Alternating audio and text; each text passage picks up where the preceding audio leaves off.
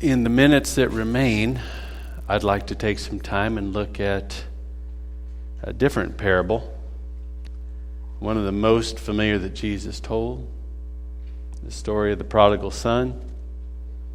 Talked about it Wednesday with our middle school crew, polled them, and not many of them knew the parable of the Prodigal Son. I was surprised, saddened, but then I was also really happy because they were going to hear it from me. But if you have your Bibles, I invite you to find Luke chapter 15, and while I get this thing adjusted so that maybe you can hear me.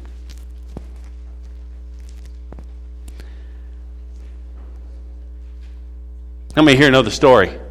Know the story of the prodigal son? Okay, how many here think you know the story? And you think maybe the first question was just like a setup? Let me fill you in. We started on this last week.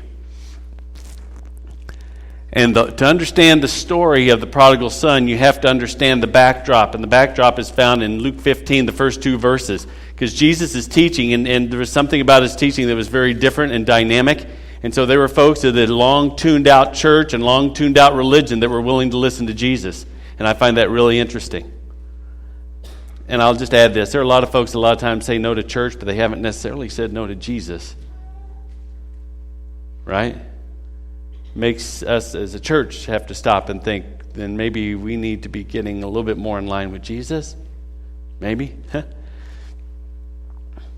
But in Luke 15, 1 and 2, it says that there's two distinct kinds of groups that were kind of coming together and to listen to Jesus.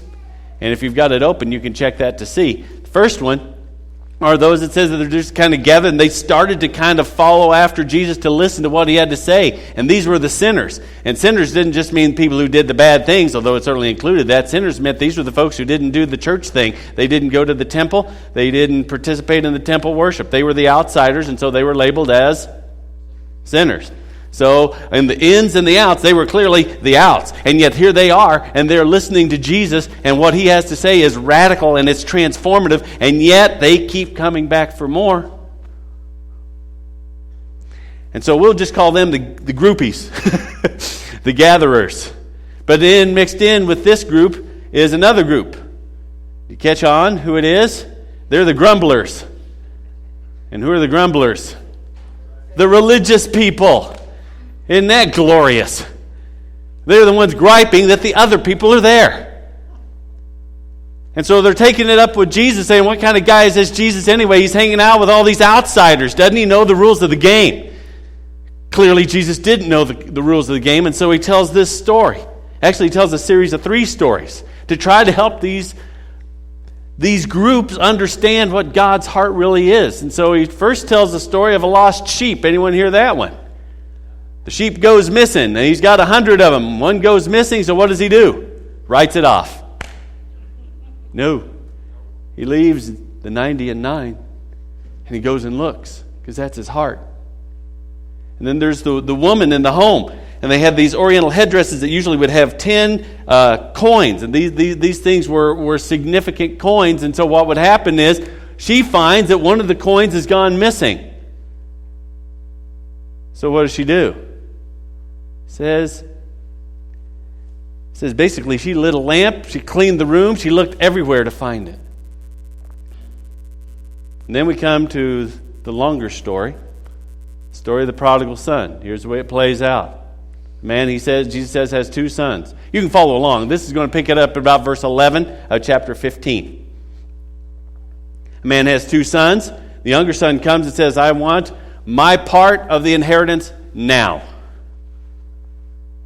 Which is a very nice way of saying what?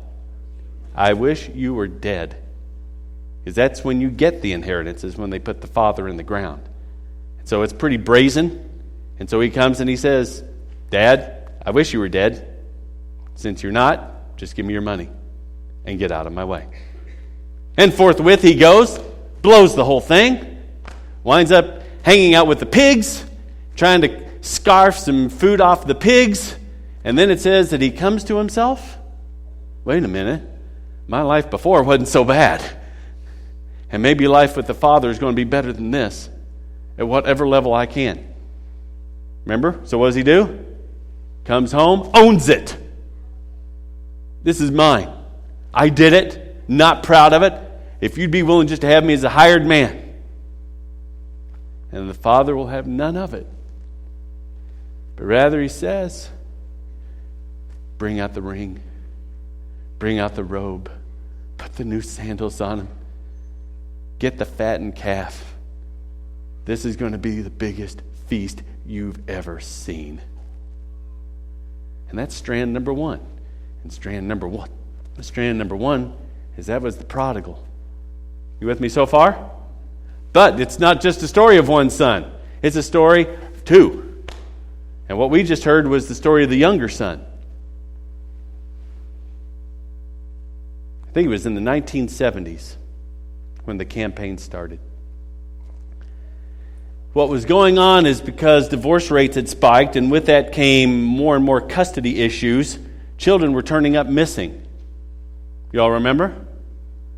So what started out is simply, you know what, we're going to circulate pictures of these kids to schools and to principals and to teachers. Because what would happen is the non-custodial would would pick up the kid and not ever return them. Then they would re-enroll them under a different name. So they put pictures and just said, what? Have you seen me? Police didn't want to get involved with it because they wanted to treat it as more of a domestic dispute. And so that's kind of where things started. But after a while, they realized, you know what, there are other kids that were being affected. And so while the custodial things weren't really kidnapping, you remember what they renamed that? Or how they described that? Child snatching. So in addition to the child snatching, they realized that there were instances of kidnapping. And they also realized there were kids who would run away. So the campaign kind of enlarged a bit so that it started to go not just to the schools, it also went around town. And after a while, it was in the mailboxes, right? Little flyers. And it also, faces started to show up on pizza boxes. Do you know that? And the iconic one is the milk cartons. And it was a picture on the milk carton with the phrase, have you seen me?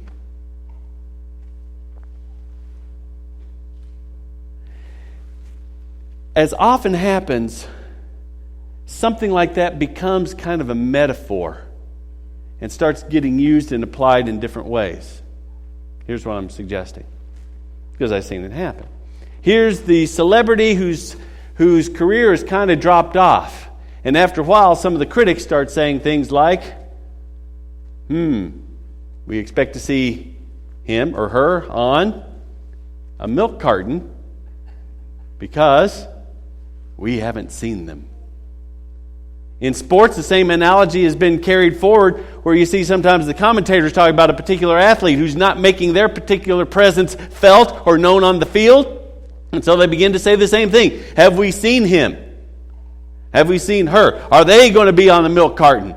So what happens is basically the idea of have you seen me becomes a catchphrase for a conspicuous absence. You follow me? If not, then I can say whatever I want because I've thoroughly confused you.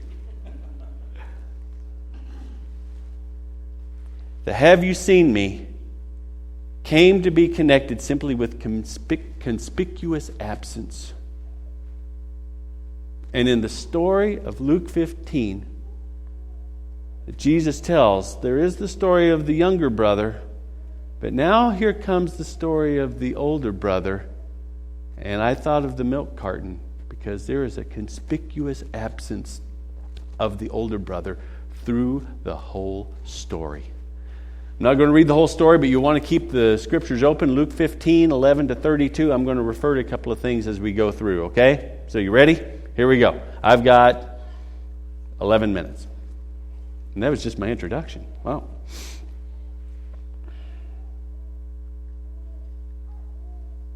The older brother is conspicuously absent when the younger brother makes his request. Remember, the younger brother goes and asks for his part of the inheritance. We read over that. We don't think much about it. Doesn't even really register to us. But the hearers, those who heard what Jesus was saying and the day and the time that he was saying, there's going to be red flags going up, serious red flags going up, and they are going to be startled, if not alarmed. You know why?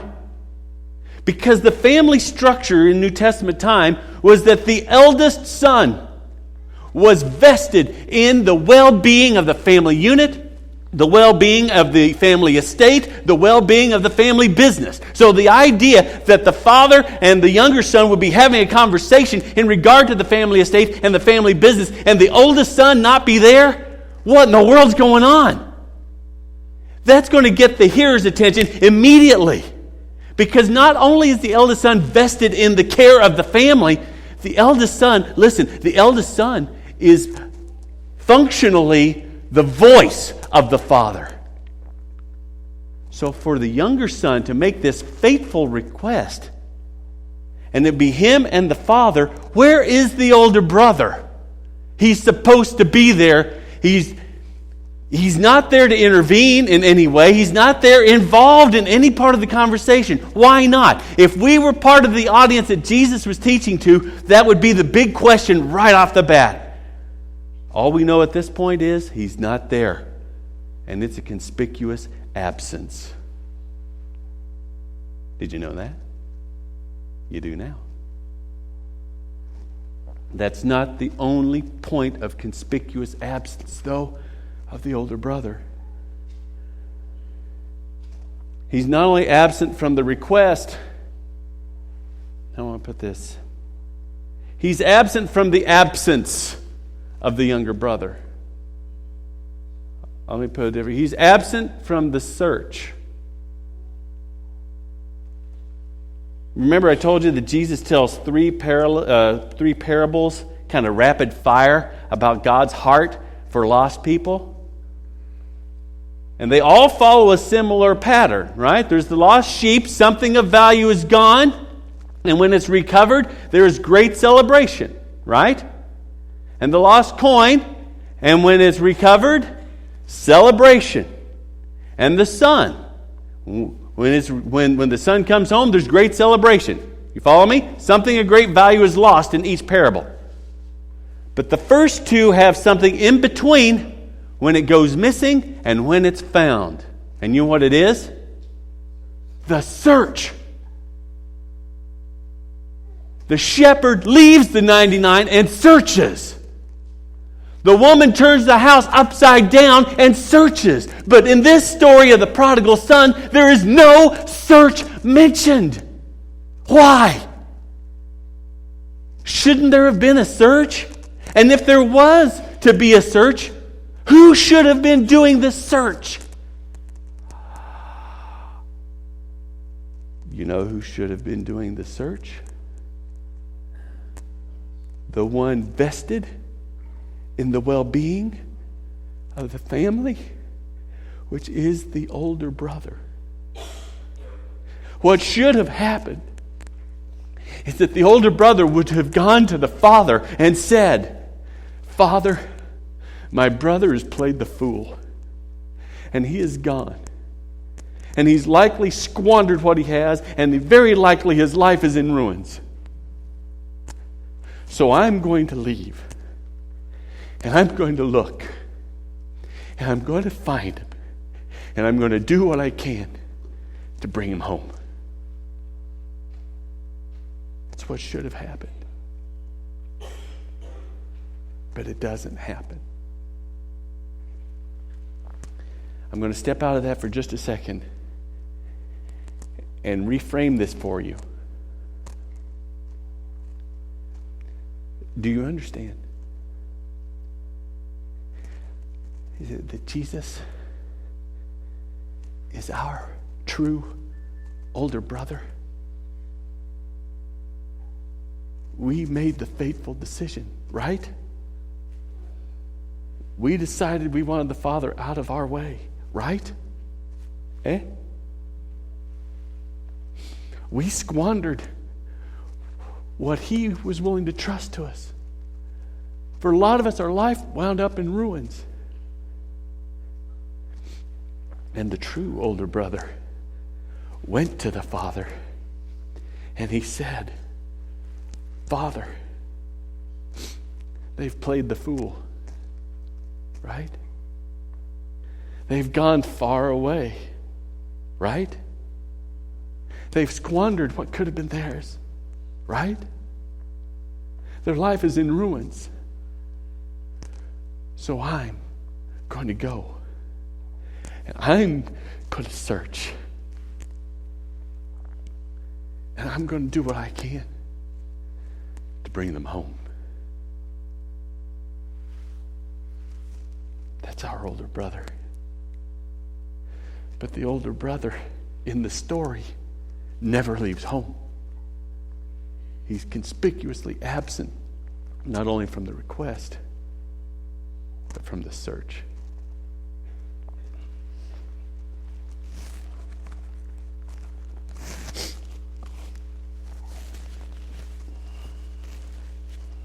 You follow me? I hope so, because I don't have time to recap. I'm going to keep going then, okay?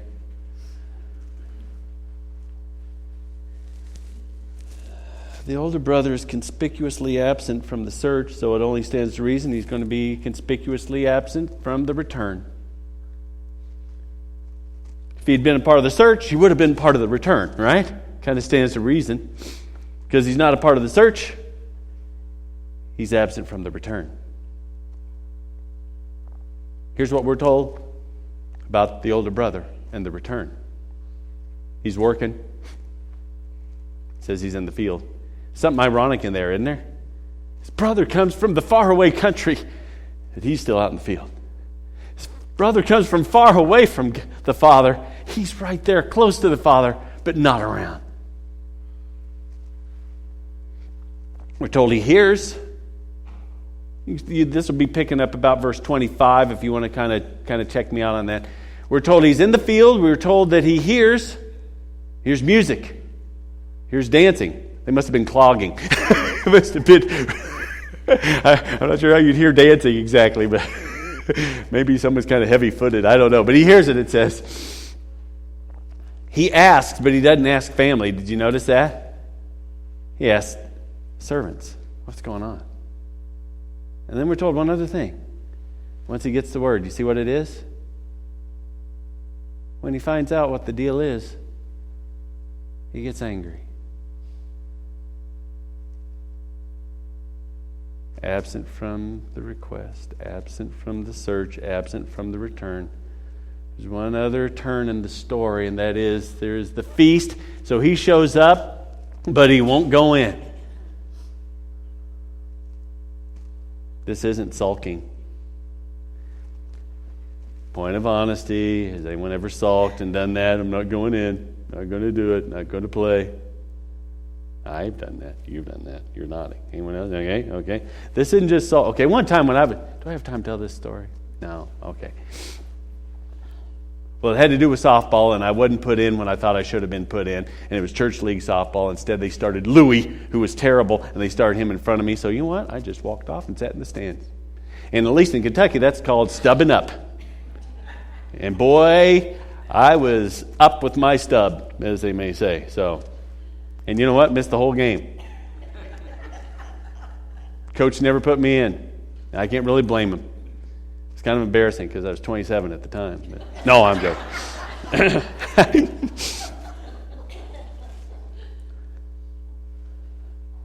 The older son won't go in. This isn't just a sulk. This is a statement. And this is not just a statement. This is a statement of humiliation. This is the biggest deal that the father has ever done. The biggest deal that he would ever throw in his lifetime. And his oldest son says, count me out. He is vested with the well-being of the family, and he has now exited the big celebration of the brother's return. Isn't that interesting? And what we learn at the very end is kind of where it all starts tumbling out. And here's what we learn. The brother begrudges the feast. That's why he's not coming into the feast. Do you know why he's begrudging the feast? Sibling rivalry? Probably not. That's probably a lot of backstory. You know why it is? Think with me here. The younger son, the whole story opens with him asking for what? his inheritance. He got it all. And he squandered it. Right? So, what remained of the inheritance that wasn't given to the younger brother? Whose was it? The older brother's. So now here comes younger brother. He squandered his. He's got nothing. Listen, he has nothing. So when the call goes forward to have the feast, and this is going to be not just the fatted calf, this is going to be the Jell-O salad and the green bean casserole and whatever else you want to throw in. It's going to be the big deal. Family, friends, neighbors, slaves, servants, anyone who's within reach. This is a big deal. But the younger son has nothing. So who is picking up the tab? It's done. Listen. He's restored at the older brother's expense. You want to do a parallel learning exercise again? Who is our real older brother? Who's the true older brother?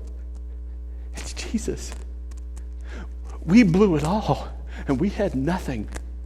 No claim to make. Nothing to offer. But we were restored to the family because Jesus said it will be at my expense that they're restored. This is amazing grace. The older brother is the anti-brother, right? Jesus is the true older brother who goes and he doesn't just look for us, doesn't just seek for us, doesn't just try to bring us home, but he brings us home at his expense.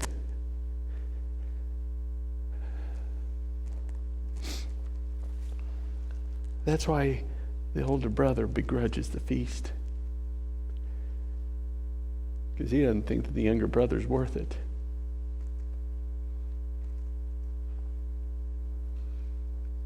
It's a powerful story, isn't it? At the very end, he tells on himself.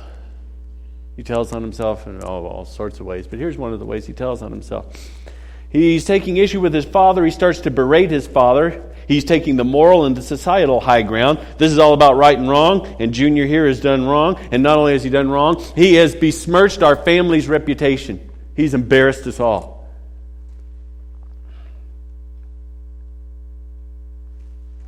He says, on the other hand, I've been serving you as a son. No, he doesn't. You know what he says? I've been slaving here. He doesn't use language of son at all. He uses language of a slave. I've been slaving for you. Doesn't speak much to that relationship, does it? He says he gets the fatted calf. He said, I don't even get a kid, a baby goat, to be able to make merry with who? Friends.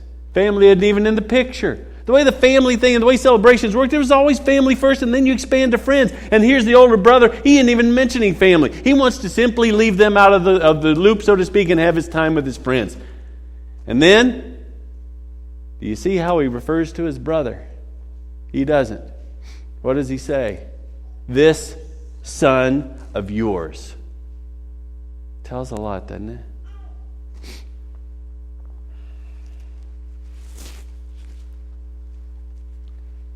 And that's the way the parable ends.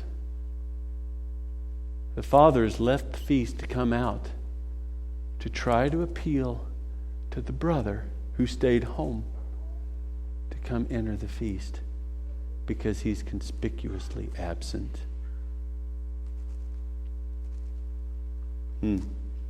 All right, I'm 2 minutes past. Do I have time for my conclusion? Here it is. Do you see the irony of the story? The younger brother who blew it all and went far away comes back broken, humbles himself, and that triggers the feast. He openly humbles himself to the Father. And that throws the door wide open to the feast. Right? And here's the older brother who stayed home, who is now defiant to the father who is now boasting of his righteousness, and he's outside of the feast. Do you think those who heard the story were getting the message? Those that thought that they were right there were really 1,000,000 miles away. And those that they thought were 1,000,000 miles away were right there.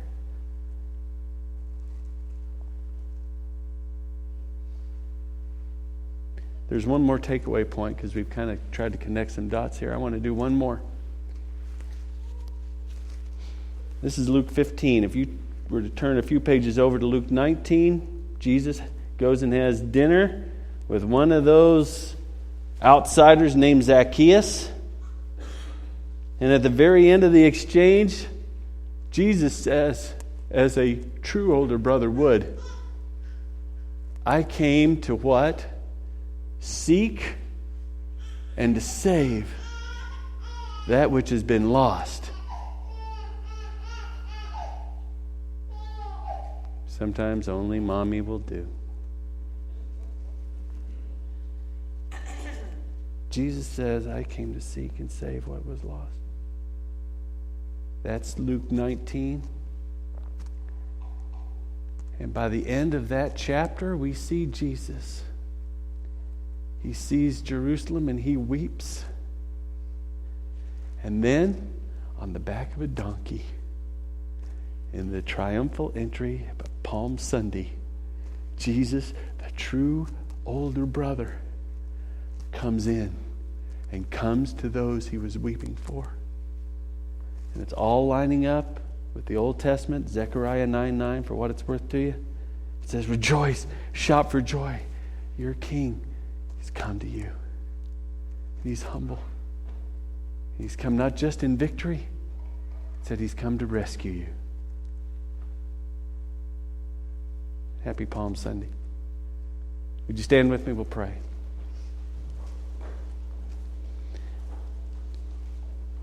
Father, we thank you for this story.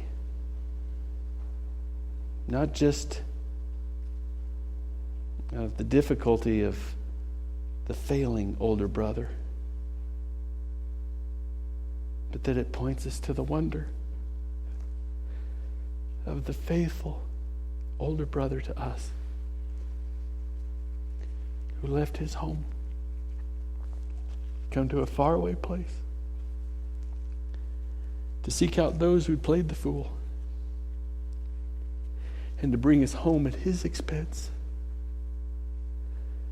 because he's come to seek and save what was lost.